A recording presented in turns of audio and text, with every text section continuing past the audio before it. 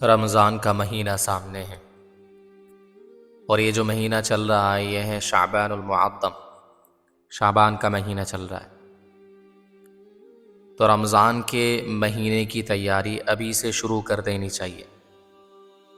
جس طرح آپ نے دیکھا ہوگا ماؤں اور بہنوں کو عید سے پہلے عید کی تیاری کرتی ہیں، بچوں کے لیے کپڑے خریدتی ہیں، اپنے لیے کپڑے خریدتی ہیں، جو ضروری سامان ہیں وہ ساری چیزیں خریدتی ہیں، عید سے پہلے عید کی تیاری کر رہے ہوتے ہیں۔ بہت سے نوجوان، بلکہ ہم جیسے، ہم بھی تو اپنے کپڑے خریدتے ہیں، اور جن کپڑوں کو باقاعدہ سلائی کیا جاتا ہے وہ 1 مہینہ پہلے سے دیا جاتا ہے تاکہ بر وقت مل جائے، عید سے پہلے مل جائے۔ آپ نے دیکھا ہوگا مدرسے کے بچوں کو، مدرسے کے بچے کیا کرتے ہیں، چھٹی ہوتی ہیں، ابھی رمضان کا مہینہ شروع بھی نہیں ہوتا ہے تو رمضان سے پہلے ہی وہ ٹیلرز کے پاس اپنے کپڑے دے دیتے ہیں تاکہ عید سے پہلے کپڑے مل جائیں۔ تو جس طرح ہم عید آنے سے پہلے عید کی تیاری کرتے ہیں، ٹھیک اسی طرح ہمیں رمضان سے پہلے رمضان کی تیاری کرنی پڑے گی۔ اب رمضان کی تیاری کیا ہے، خوب اچھی طرح سمجھیں۔ رمضان کی تیاری یہ ہے کہ ہم ابھی سے گناہوں سے توبہ کر لیں، گناہوں کو چھوڑ دیں، اور رمضان کے لیے اپنے اوقات کو فارغ کر لیں، محض اللہ کی عبادت کے لیے، روزے کے لیے، تراویح کے لیے، رات میں تہجد پڑھنے کے لیے۔ تو 2 کام ہمیں اور آپ کو کرنا چاہیے۔ ایک تو یہ گناہوں سے ابھی سے ہی کیا کریں، اجتناب کریں۔ دیکھو رمضان میں روزہ رکھا جاتا ہے، روزہ کس چیز کا نام ہے؟ روزہ 3 چیزوں سے رکنے کا نام ہے، کھانے سے، پینے سے اور جماع کرنے سے رکنے کا نام ہے۔ مگر صرف کھانے پینے سے رکنے کا، باز رہنے کا نام روزہ نہیں ہے کہ آپ کھانے سے رک گئے، پینے سے رک گئے اور صرف جماع سے رک گئے، باقی ساری چیزیں جس طرح پہلے آپ کرتے تھے، سارے کام جس طرح پہلے کرتے تھے، سارے گناہ جو آپ رمضان سے پہلے کرتے تھے وہ بھی اب بھی جاری ہیں، تو اس کو روزہ نہیں کہا جاتا ہے۔ روزے کا اصل مقصد یہی ہے کہ آپ اللہ کی خوشنودی کے لیے، اللہ کی رضا کے لیے کھانے پینے سے رک جائیں۔ جب کھانا پینا جو کہ حلال چیز ہے اس سے جب آپ باز آئیں گے، ظاہر سی بات ہے جو پہلے سے حرام ہے اس سے بھی تو آپ کو باز رہنا چاہیے۔ نہیں آ رہی بات سمجھ میں کہہ رہا ہوں کہ روزے میں کھانے پینے سے منع کیا گیا ہے کہ آپ کھا نہیں سکتے، پی نہیں سکتے صبح سے لے کر شام تک۔ حالانکہ کھانا بھی جائز ہے، یعنی اصلی طور پر دیکھا جائے تو کھانا بھی جائز ہے اور پینا بھی جائز ہے۔ تو جو جائز چیز ہے اس سے رکنے کا حکم دیا گیا ہے، اس سے باز رہنے کا حکم دیا گیا ہے۔ جائیں کہ جو ناجائز چیزیں ہیں، ٹھیک ہے نا، گناہ کے کام ہیں، اس سے تو بدرجہ اولا ہمیں رکنا پڑے گا۔ تو صرف روزہ کھانے پینے سے رکنے کا نام نہیں ہے، بلکہ روزہ نام ہے گناہوں سے بچنے کا، ٹھیک ہے نا، گناہوں سے بچنے کا نام ہے۔ تو ہم اس طرح روزہ رکھیں کہ ہمارے سر سے لے کر پیر تک ہم روزے دار بن کر زندگی گزاریں گے۔ یہ ابھی سے عہد کر لیں، اور اس کی پریکٹس بھی ضروری ہے۔ اگر ہم کوشش نہیں کریں گے، ابھی سے اس کے لیے محنت نہیں کریں گے، تو ظاہر سی بات ہے ہم رمضان کے مہینے میں بھی ان گناہوں سے بچ نہیں پائیں گے۔ تو اس لیے ابھی سے تیاری کریں۔ اب تیاری کیسے کریں گے؟ اگر کوئی موبائل دیکھتا ہے، موبائل دیکھنے کا عادی ہے، فلم دیکھنے کا عادی ہے، اسکرین پر ڈرامے دیکھنے کا عادی ہے، تو اسے چاہیے کہ فلم دیکھنا بند کر دیں، اسی طرح ڈرامے دیکھنا بند کر دیں۔ اور اگر کوئی پورنوگرافی دیکھتا ہے، اس کا عادی ہے، تو اسے چاہیے وہ بھی بند کر دیں، ٹھیک ہے، اگر کوئی ماسٹربیشن کا عادی ہے تو اسے چاہیے ایسی یعنی غلط عادت سے وہ نکل کے آئے، ایسا گندا کام کرنا بند کر دے، ٹھیک ہے نا۔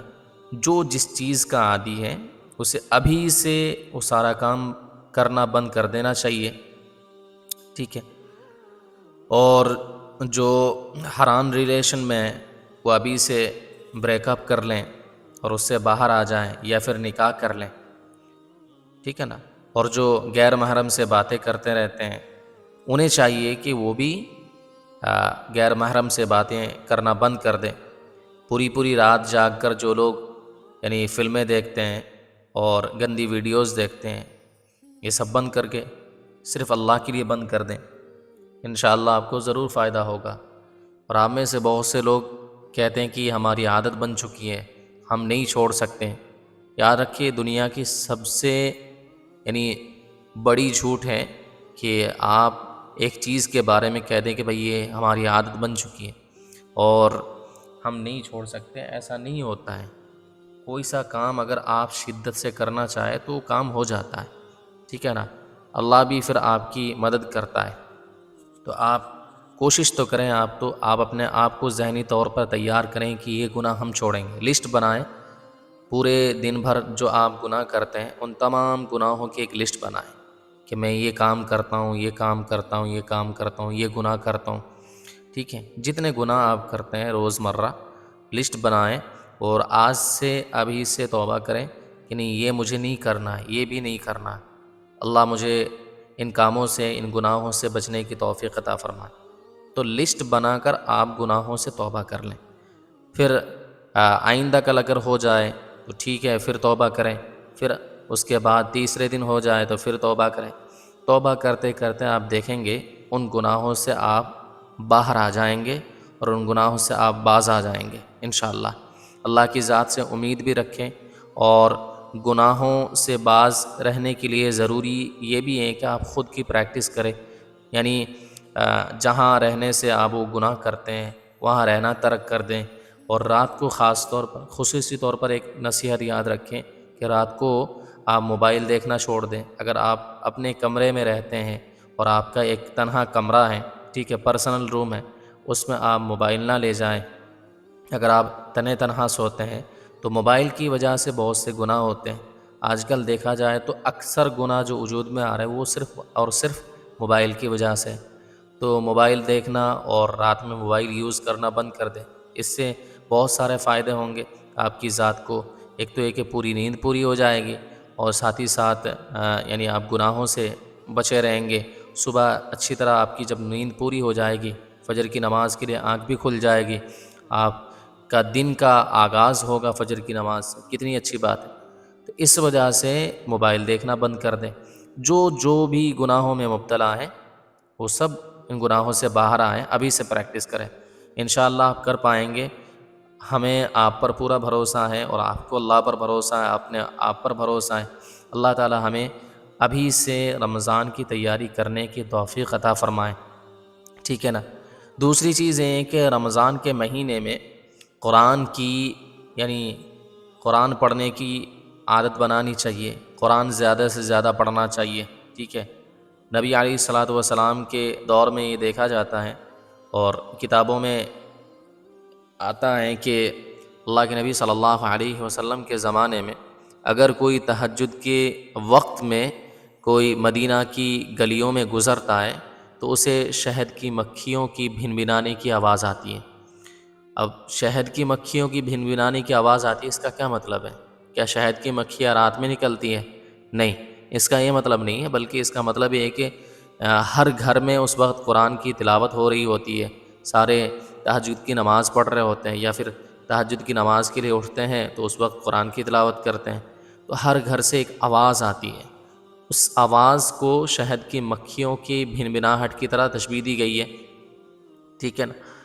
تو آج کل اگر دیکھا جائے، ہم اس دور کا ہمارے اس دور سے موازنہ کریں اور ہمارے کلچر سے اگر موازنہ کرتے ہیں تو رات میں سناٹا طاری ہوتا ہے، یعنی تہجد کے وقت میں ہمارے یہاں کیا ہوتا ہے، پورا سکون طاری ہوتا ہے، سناٹا طاری ہوتا ہے، کوئی آواز نہیں آتی، گھر سے کوئی آواز نہیں آتی، ٹھیک ہے نا۔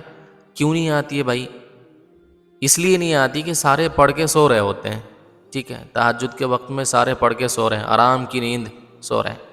اللہ کے لیے کسی کے پاس ٹائم نہیں ہے، اللہ کے لیے کوئی اپنی قربانی، نیند کی قربانی دینا نہیں جانتا ہے، اس وجہ سے کسی گھر سے آواز نہیں آتی۔ اور یہ تو چلو یہ تہجد کا وقت ہے، کسی اور وقت میں مغرب کے بعد یا عشاء کے بعد یا دن میں اگر آواز آتی ہے تو پھر گانے کی آواز آتی ہے، موویز کی آواز آتی ہے، ٹھیک ہے، ڈرامے کی آواز آتی ہے۔ اور آج کل ایسا نہیں ہے کہ آواز نہیں آ رہی ہے اس کا مطلب ہے کہ کوئی کچھ بھی نہیں دیکھ رہا ہے، گانے نہیں سن رہا ہے یا پھر مووی نہیں دیکھ رہا ہے، ایسا نہیں ہے، کیونکہ آج کل کے دور میں دنیا اتنی فاسٹ ہے اور اتنی ترقی کر چکی ہے کہ باہر آواز نہ آنے کے ذرائع موجود ہیں، یعنی ایئر فون ہے ہر کسی کے پاس، لیڈ ہے، تو جب وہ کان پہ لگا لیتے ہیں تو باہر کیسے آواز جائے گی؟ باہر تو جانا چھوڑ دیں، یعنی اس کے پاس جو بندہ خود بیٹھا ہوا ہے یا سو رہا ہے اسے خود آواز نہیں پہنچے گی تو باہر تو آواز جانے کا کوئی سوال ہی نہیں ہے۔ تو یہ ہے کہ ہمارے گھروں میں یہی سب چل رہا ہے، یہی سب سسٹم ہے، ٹھیک ہے نا۔ اس وجہ سے ان تمام چیزوں سے باز آئیں، ابھی سے ان گناہوں سے باز آئیں اور قرآن کریم کی تلاوت کرنا شروع کر دیں۔ یاد رکھیں قرآن کریم کی تلاوت جو ہے نا اس میں اللہ نے اتنا مزہ رکھا ہے، اتنی لذت رکھی ہے، دنیا کی کوئی سی بھی کتاب آپ اٹھا کر دیکھ لیں، ٹھیک ہے نا۔ آپ نے بھی بہت سی کتابیں پڑھی ہیں، اگر آپ ایک اسکول کے اسٹوڈنٹ ہیں، اگر آپ مدرسے کے اسٹوڈنٹ ہیں یا پھر آپ کوئی بھی ہیں نا، کتنی کتابیں ہم نے اور آپ نے پڑھی ہیں، تو ہر کتابوں میں کیا اتنا لطف آتا ہے، ایک مرتبہ پڑھیں، دو مرتبہ پڑھیں، چار پانچ مرتبہ پڑھنے کے بعد اس کتاب سے جی گھبراتا ہے اور اکتاہٹ پیدا ہو جاتی ہے نا، ہم بور ہو جاتے ہیں کہ ابے یار پڑھے کرو، بہت پڑھ لی اس طرح کی کتابیں۔ ایک کتاب کو آپ تین چار مرتبہ پڑھنے کے بعد، ٹھیک ہے نا، وہ پڑھنے کا دل نہیں کرتا ہے۔ اور چاہے آپ قرآن دیکھیں نا، قرآن کو ہم بچپن سے پڑھتے ہوئے آ رہے ہیں، ہر نماز میں پڑھتے ہیں، سورہ فاتحہ کو دیکھ لیں، ہر نماز میں پڑھتے ہیں، اس کے باوجود بھی ہمیں کبھی اکتاہٹ نہیں ہوتی ہے، کبھی ہمیں بور فیل نہیں ہوتا ہے، بورنگ فیل ہوتا ہے نہیں ہوتا ہے۔ اسی طرح روزانہ اگر آپ ایک پارہ پڑھ لیں، بہت سے حفاظ کرام کو دیکھا گیا ہے کہ وہ روزانہ 5 پارے 10 پارے پڑھتے ہیں، ٹھیک ہے نا، تو ان کو تو سب سے زیادہ بور ہونا چاہیے، حالانکہ ہم بور نہیں ہوتے، وہ بھی نہیں بور ہوتے ہیں۔ تو یہ قرآن کا کھلا ہوا معجزہ ہے، ایک ایسا معجزہ جسے کوئی بھی انکار نہیں کر سکتا۔ اگر ایک مسلمان اس بات پر غور کر لینا، اس کا ایمان پکا ہو جائے گا، اس کا ایمان تازہ ہو جائے گا کہ ہاں یار بات تو بالکل صحیح ہے کہ قرآن کو ہم کب سے پڑھتے ہوئے آ رہے ہیں، بچپن سے پڑھتے ہوئے آ رہے ہیں، ہر نماز میں پڑھتے ہیں، ٹھیک ہے، سورہ فاتحہ اور اس کے ساتھ ساتھ جو پارہ ہوتا ہے یعنی 30واں پارہ، اس کی اکثر صورتیں ہم روزانہ پڑھتے ہیں، اس کے باوجود کبھی ہمارے دل میں یعنی یہ شکوہ پیدا نہیں ہوا یار چھوڑ دیں یار، بس کر دیں، روزانہ پڑھ رہے ہیں، اور کبھی ہمارے دل میں اکتاہٹ پیدا نہیں ہوئی ہے، ٹھیک ہے نا۔ تو یہ قرآن کی ایک خاص لذت ہے، خاص مزہ ہے، اور قرآن کا ایک خاص معجزہ ہے، ٹھیک ہے۔ تو اس لیے قرآن کو زیادہ سے زیادہ پڑھتے رہنا چاہیے۔ جس طرح ایک چھوٹا بچہ ہوتا ہے نا، اس کے ہاتھ میں ٹافی آ جائے، اس کے ہاتھ میں چوئنگم آ جائے، تو کب تک وہ اس ٹافی کو چوستا رہتا ہے، چوئنگم کو چباتا رہتا ہے، چباتا رہتا ہے، 1 گھنٹے 2 گھنٹے 3 گھنٹے تک چباتا رہتا ہے۔ آپ اس سے جا کر پوچھیں کہ بھائی کیا بات ہے، تمہیں اکتاہٹ فیل نہیں ہو رہی ہے، تمہیں عجیب سا نہیں لگ رہا ہے؟ کہ نہیں مجھے تو مزہ آ رہا ہے، مجھے تو مزہ آ رہا ہے۔ ٹھیک اسی طرح کیا ہوتا ہے، جو قرآن پڑھتا ہے نا اور دل سے پڑھتا ہے تو اسے بھی قرآن پڑھنے میں مزہ آتا ہے۔ جب ایک آیت پڑھو پھر دوسری آیت پڑھنے کا مزہ، دوسری آیت پڑھنے کا دل کرتا ہے، دوسری آیت میں جو مزہ آتا ہے پھر تیسری آیت پڑھنے کا دل کرتا ہے، تیسری میں مزہ آتا ہے چوتھی آیت پڑھنے کا دل کرتا ہے، چوتھی میں مزہ آتا ہے تو 5ویں آیت پڑھنے کا دل کرتا ہے۔ اللہ کے نبی صلی اللہ علیہ وسلم کبھی کبھار آدھی رات تک قرآن پڑھتے رہتے تھے، کبھی کبھار پوری رات قرآن پڑھتے پڑھتے گزار دیتے تھے۔ یہی حال صحابہ کرام کا تھا، صحابہ کرام رضوان اللہ تعالی علیہم اجمعین بھی اسی طرح کرتے تھے، یعنی کبھی کبھار تو آدھی رات، کبھی کبھار پوری رات قرآن کی تلاوت کرتے ہوئے گزار دیتے تھے۔ تو ہم کیوں نہیں کر سکتے بھائی؟ اس لیے کہ ہمارے دل جو ہے نا، دل میں وہ بات نہیں رہی، ہم گناہ کرتے کرتے ہمارے اندر ایک سیاہ داغ پڑ چکا ہے، ٹھیک ہے نا، مہر لگ چکی ہے۔ اس وجہ سے قرآن پڑھنے میں، نماز پڑھنے میں ہمیں یعنی مزہ ہی نہیں آتا، لذت نہیں ہوتی ہے۔ جب لذت نہیں ہوتی ہے تو انسان کام نہیں کرتا ہے، ٹھیک ہے نا۔ اس وجہ سے ہمیں زیادہ سے زیادہ کام کرنا چاہیے اور ہمیں تلاوت زیادہ سے زیادہ کرنی چاہیے۔ حضرت عثمان رضی اللہ عنہ فرماتے ہیں کہ اگر ہمارا دل صاف ہوتا، ہمارا دل پاک ہوتا، ٹھیک ہے، گناہوں سے پاک ہوتا، تو قرآن پڑھنے میں اتنا مزہ آتا کہ ہم اور آپ سوچ بھی نہیں سکتے، ٹھیک ہے۔ صحابہ کرام، تابعین، طبع تابعین، اولیاء اللہ کس طرح قرآن کی تلاوت کرتے ہیں۔ بہت سو کے بارے میں آتا ہے کہ رمضان کے مہینے میں وہ روزانہ ایک ختم کر دیا کرتے تھے، ٹھیک ہے۔ روزانہ تو نہیں، کم سے کم اگر روزانہ اگر نہیں نہ بھی مانے تو کم سے کم 3 دن میں، 4 دن میں، اور ہمیں پورے سال میں ایک مرتبہ ختم کرنے کا موقع نہیں ملتا ہے، اور رمضان کے مہینے میں بھی ہمیں ایک ختم کرنے کا یعنی موقع نہیں ملتا ہے، توفیق نہیں ملتی ہے۔ تو ہمیں سوچنا چاہیے، اس لیے ابھی سے اپنے آپ کو فارغ کریں۔ روزانہ جو آپ کام کرتے ہیں نا، تو آپ کام جو ہے نا رمضان کے لیے، رمضان سے پہلے کام کو زیادہ کر لیں تاکہ رمضان میں آپ کو فرصت مل جائے، اور فرصت کے لمحے میں آپ زیادہ سے زیادہ عبادت کر سکیں، نمازیں پڑھ سکیں، تراویح کو پورا ٹائم دے سکیں۔ ایسا نہ ہو کہ کام میں اس طرح بیزی ہو جائیں کہ آپ کے لیے تراویح کے لیے ٹائم نہ ہو، اور نماز کے لیے ٹائم نہ ہو، تہجد کے لیے ٹائم نہ ہو، اور یعنی قرآن کی تلاوت کے لیے، مزید عبادت کے لیے ٹائم نہ ہو۔ ایسا نہ ہو، پورے سال آپ دل و جان سے جو ہے نا یعنی اپنے کام کو ٹائم دے، اور اللہ کو بھی ٹائم دے۔ ایسا نہیں کہ صرف کام کو ٹائم دے، 5 وقت کی نماز بھی پڑھتے رہیں، مگر رمضان کے لیے خاص اوقات جو ہے نا آپ فارغ کر کے رکھیں تاکہ رمضان کے مہینے کو پورا پورا وصول کر سکیں، ٹھیک ہے۔ اللہ تعالی ہمیں ان باتوں پر عمل کرنے کی توفیق عطا فرمائے۔